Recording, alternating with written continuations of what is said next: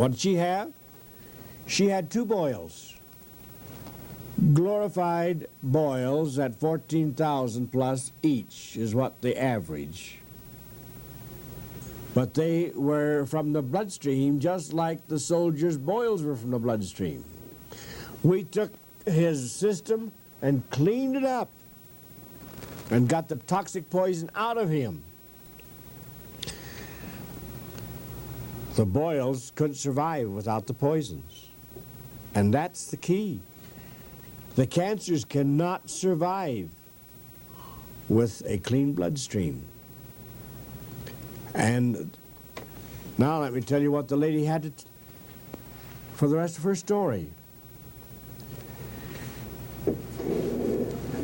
Thank you. The 2 years passed. And during that period of time, she started to feel better. And during the time, she went to her doctor and said, give me an examination. I think I'm feeling better. He examined her and said, well, that's odd. The cancer's all gone except a little showing on the pap smear. And she said, all right, I'll go back and I'll work it over. Next time she came back, it wasn't on a pap smear.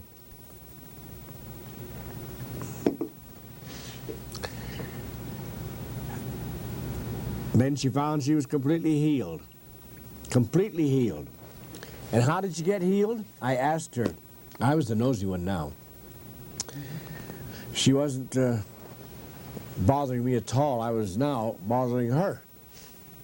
What did you do about it?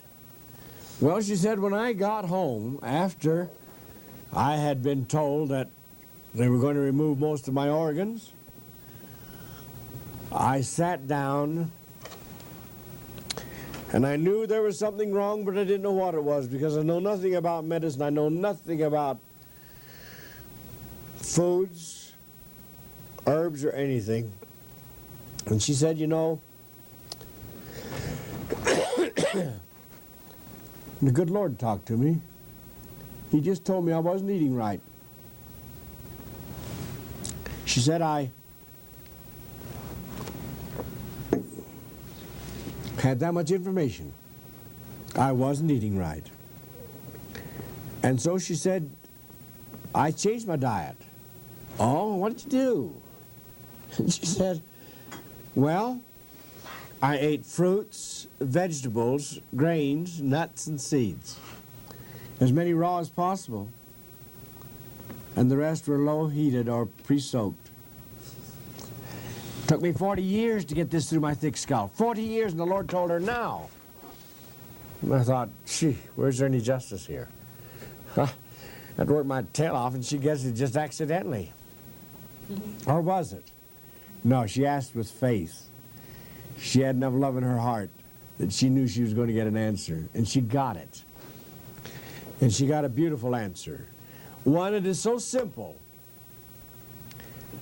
that it would pay to listen to it. Do you know what I'm doing now? And I said, no, what are you doing now? She said, I'm traveling from city to city. I'm traveling all over the United States and Canada because there are groups of women that either fear that they've got cancer or are afraid they're going to get it, and they want to know what I did to clear up my cancer.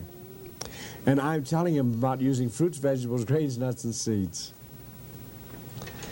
That's as simple and plain as anybody could ask. This is the program that I think the good Lord likes. And the reason He likes it is because it's simple. The reason I like it, I'm not too smart. I'm simple. And I think it's great. Well, there is the key. Fruits, vegetables, grains, nuts, and seeds. If we start right now and we're ready for it. But are we ready? She was. Because she cut herself right down and went to work on it. But are we ready? Sometimes we have to have a little bit of help. And that's where our programs fit in. Sure, we got the advice now. We know what to do. We give the advice when we say fruits, vegetables, grains, nuts, and seeds. That's the oldest advice that's been given to mankind.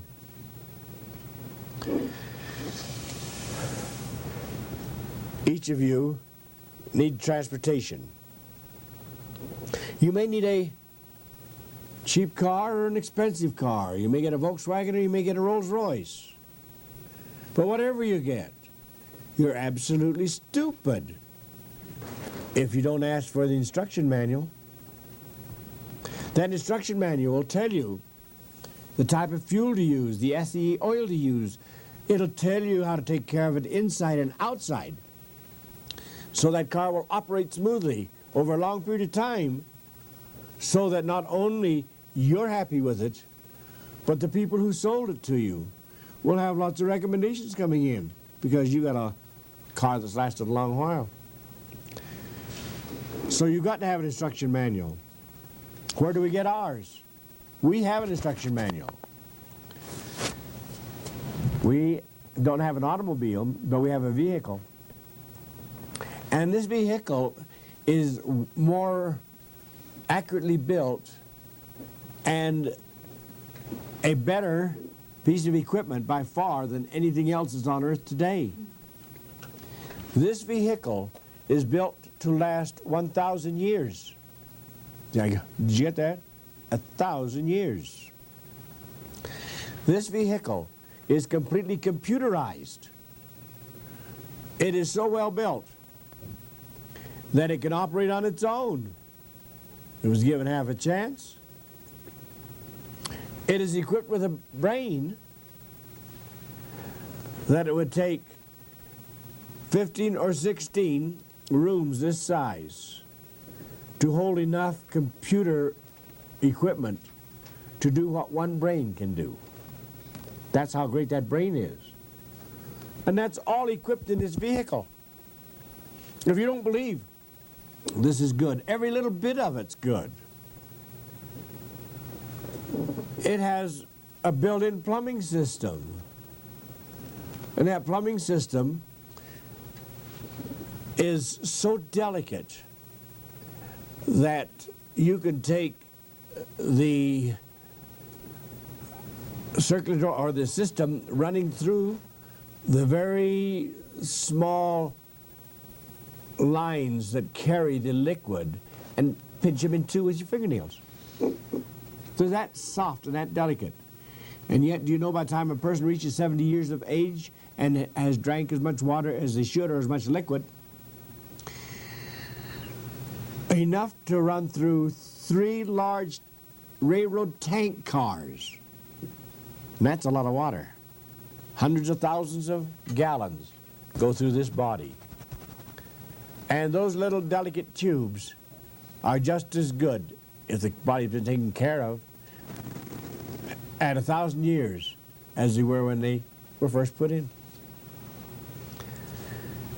We have on the front of the face here, each of us, a nose, the nostril.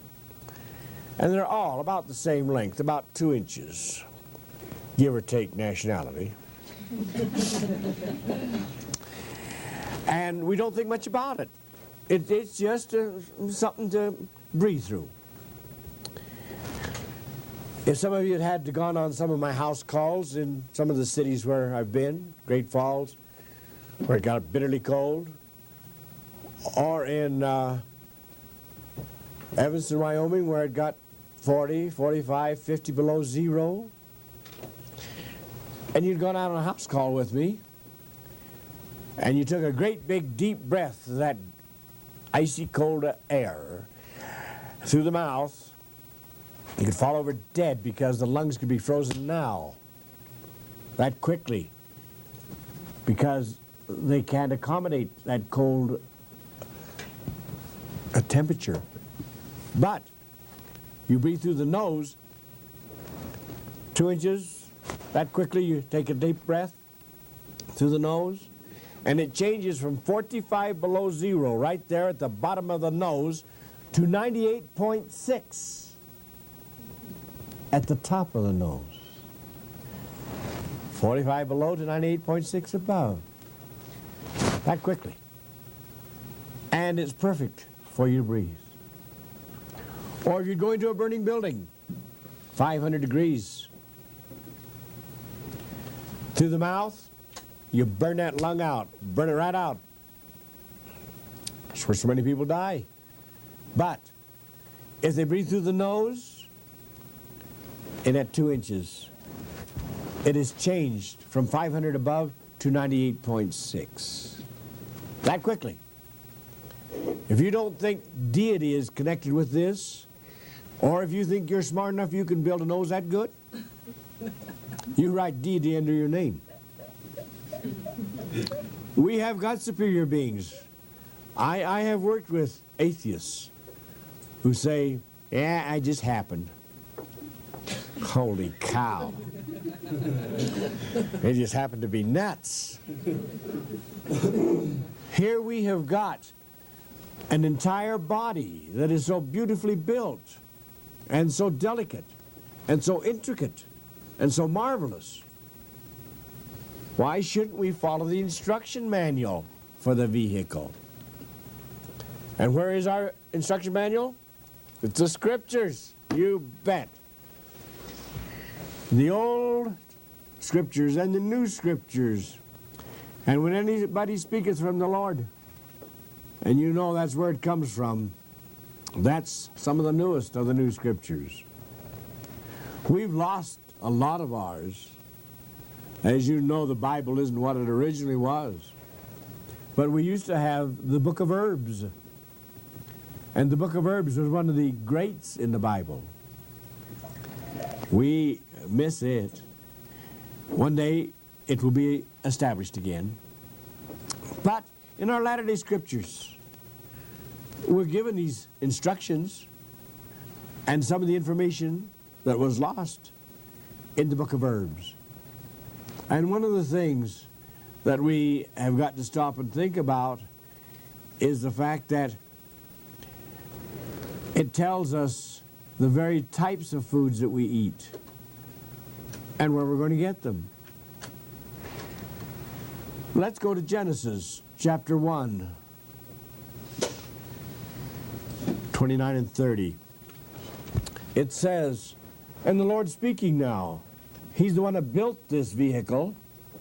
If we had trouble with our Ford car, and we lived next door to Henry, we'd go over to Henry and say, hey, this fool thing isn't working right. No, I can fix that in a hurry. I built it. I know how to fix it up. All right, the good Lord built this. And so, he tells us now how to keep it in good condition. And in Genesis, he says, I give you all green seed-bearing herbs, to be used as meat for man. Meat is fuel.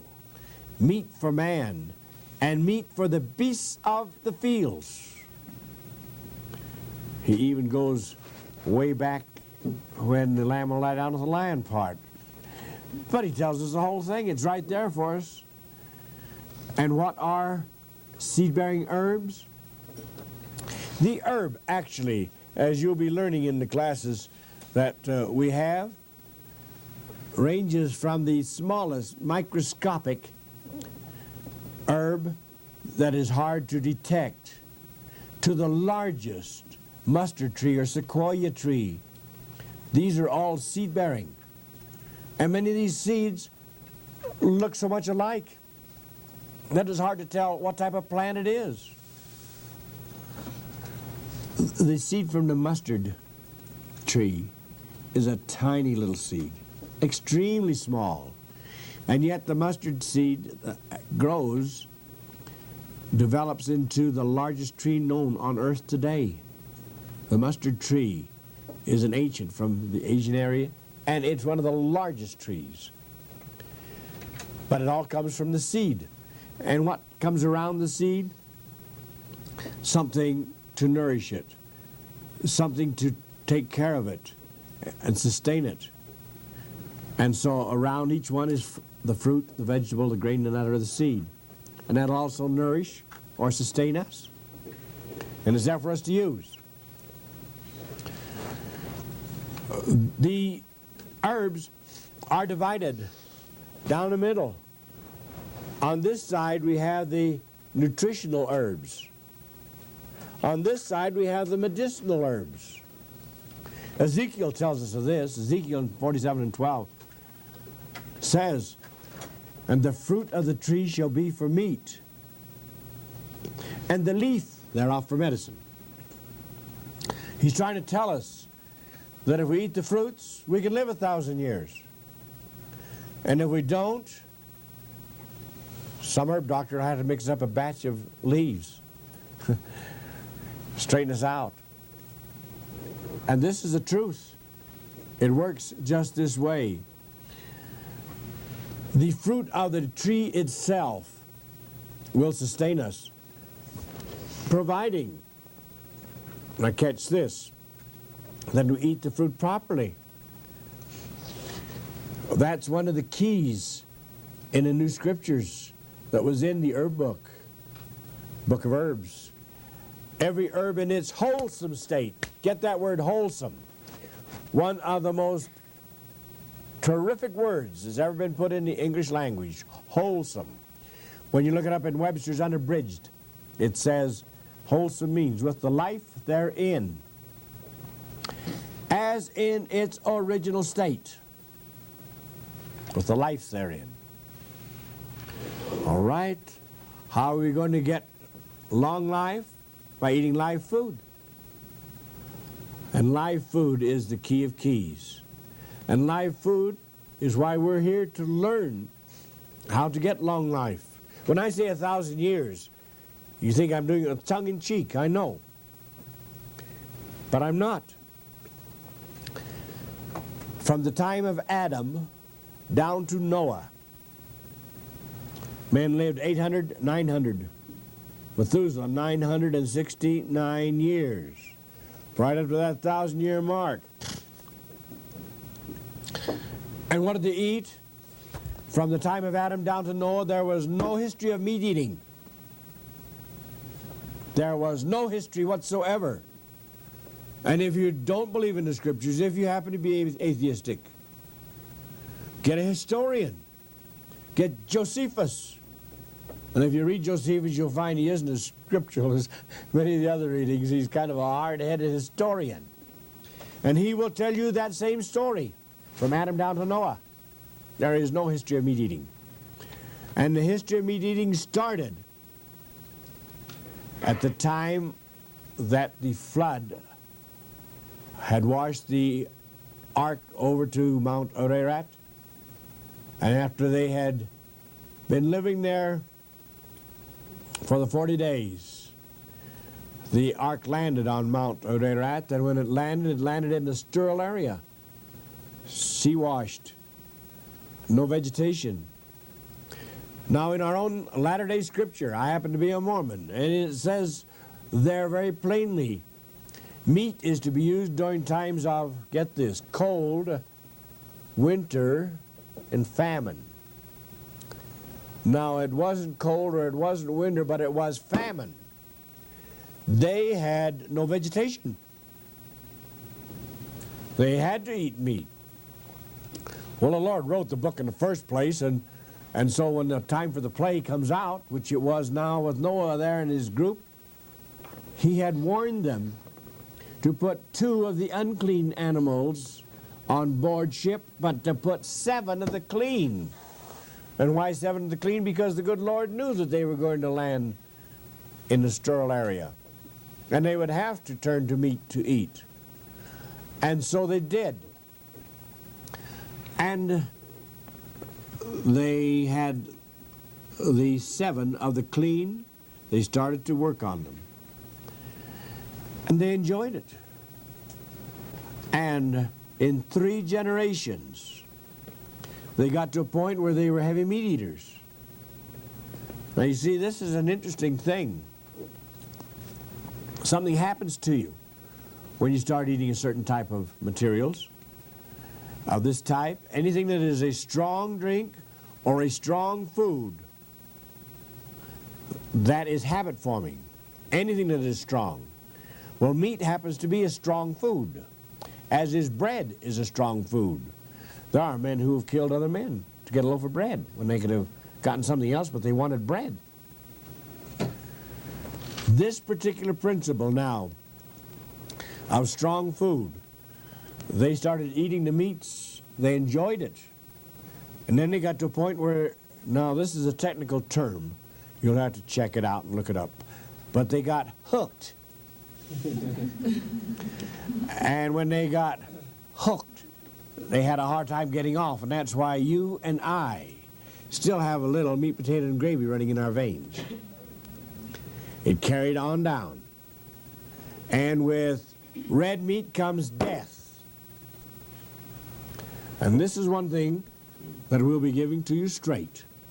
And there is plenty to back us up. Red meat is death itself. Up until the time of Noah, they could live up to 1,000 years. But in 3 generations, get that, in 3 generations, they dropped from 1,000 years to 120 was the lifespan.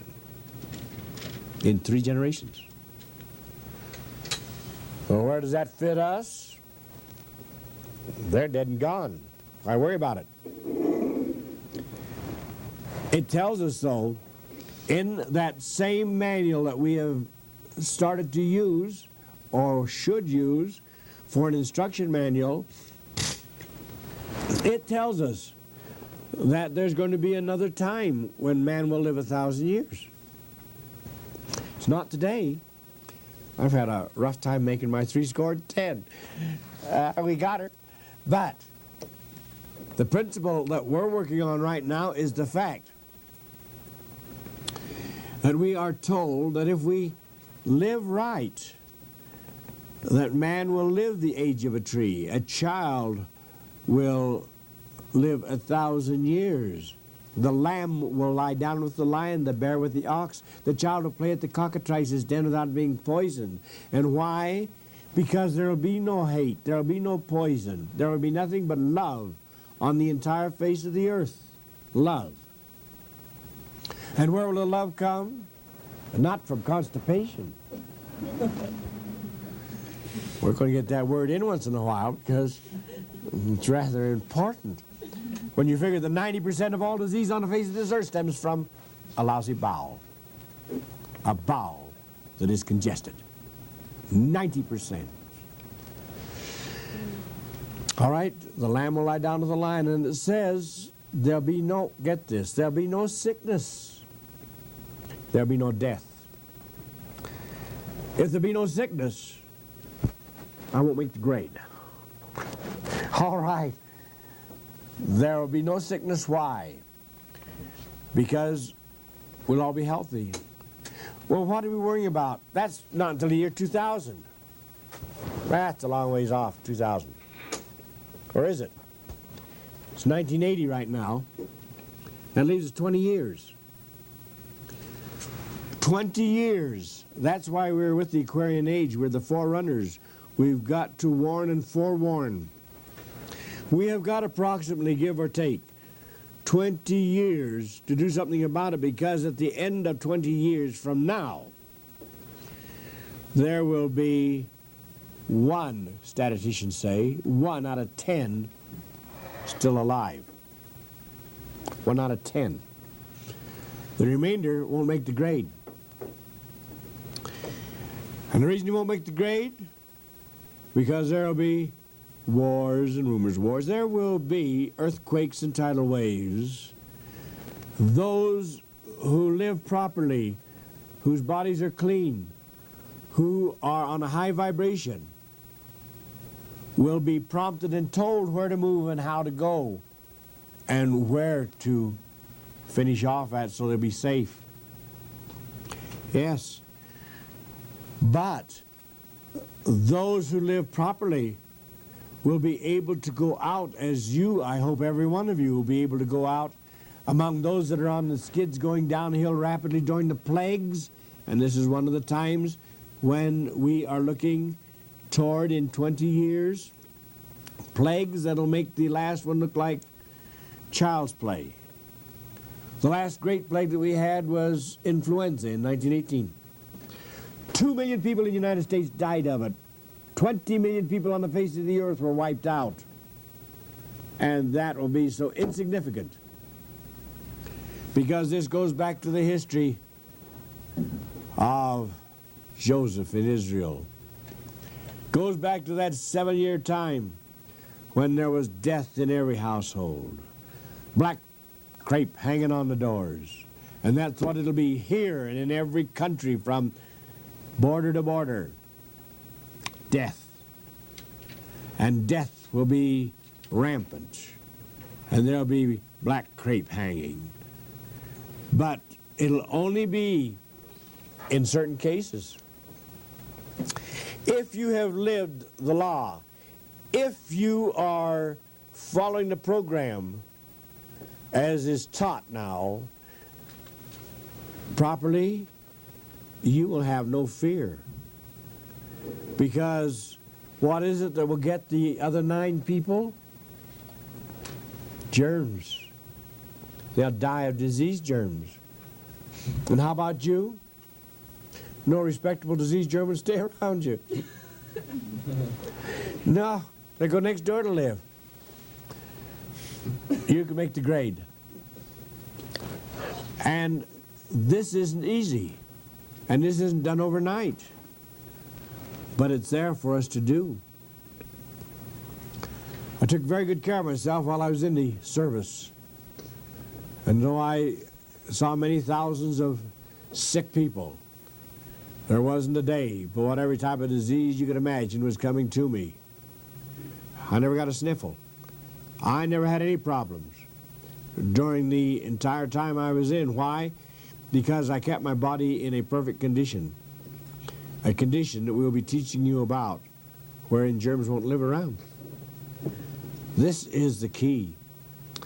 This is that 1,000 years when there will be peace and happiness and harmony, and where there will be no hate.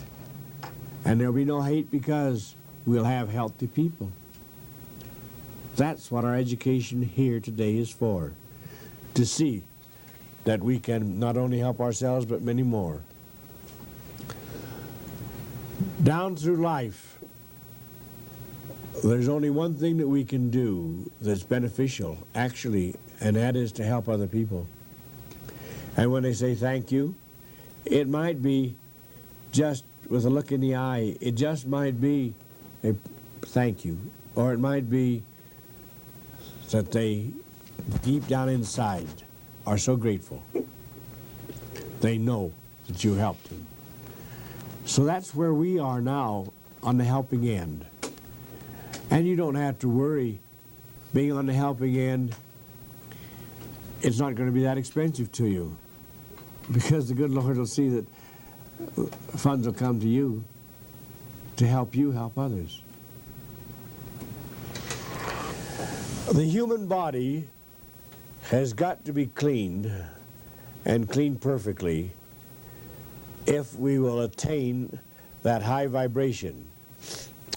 I have been at 3 different conventions: Anaheim, Seattle, and a third one wherein these conventions were for people who believed in unidentified flying objects. And I was one of the main speakers. Yes. But they asked me to speak, not because of flying saucers or I believed in them, which I do, but they asked me to speak because they wanted to know how that people could raise their vibration of their bodies, so that when the crucial time came, and many who believe in unidentified flying objects definitely believe that when the cloud comes over, it'll be a cloud of saucers. But each of them will have the power through their equipment to elevate people. Yes, judged by the Lord, who are judging ourselves, really, because with a weak body, we will not be accepted. Well, this is why I was asked to go to these unidentified flying objects conventions, was to teach people these very principles of renewing the body and making it whole.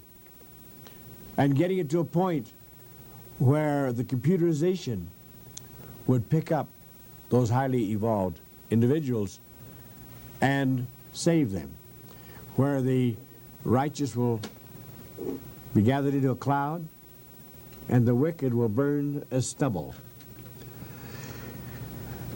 This is going to be an interesting time. I think we're the luckiest people in the world. Absolutely. To be able to be here at one of these closing scenes. And this is it. So now, our procedure from this point on is to learn how we are going to make this body a little bit more respectable. How we're going to make it so that we can pull through. I was extremely blessed, more so than most of you. The Lord was kind to me. He saw that my condition when I was born was steered through a certain channel. Now, we read in the Scriptures about sins of the parents to the third and fourth generation. Sins of the parents, now these can be sins of omission, or they can be sins of commission. Now the sins of omission, Nellie up the street or John down the street, they let their kids eat all kinds of garbage. And the kids are healthy. So why can't we let ours eat garbage too? Junk foods. Yeah, why not? All right, they got us snowed under. We kind of believe it. Sins of omission. Yes, we have lots.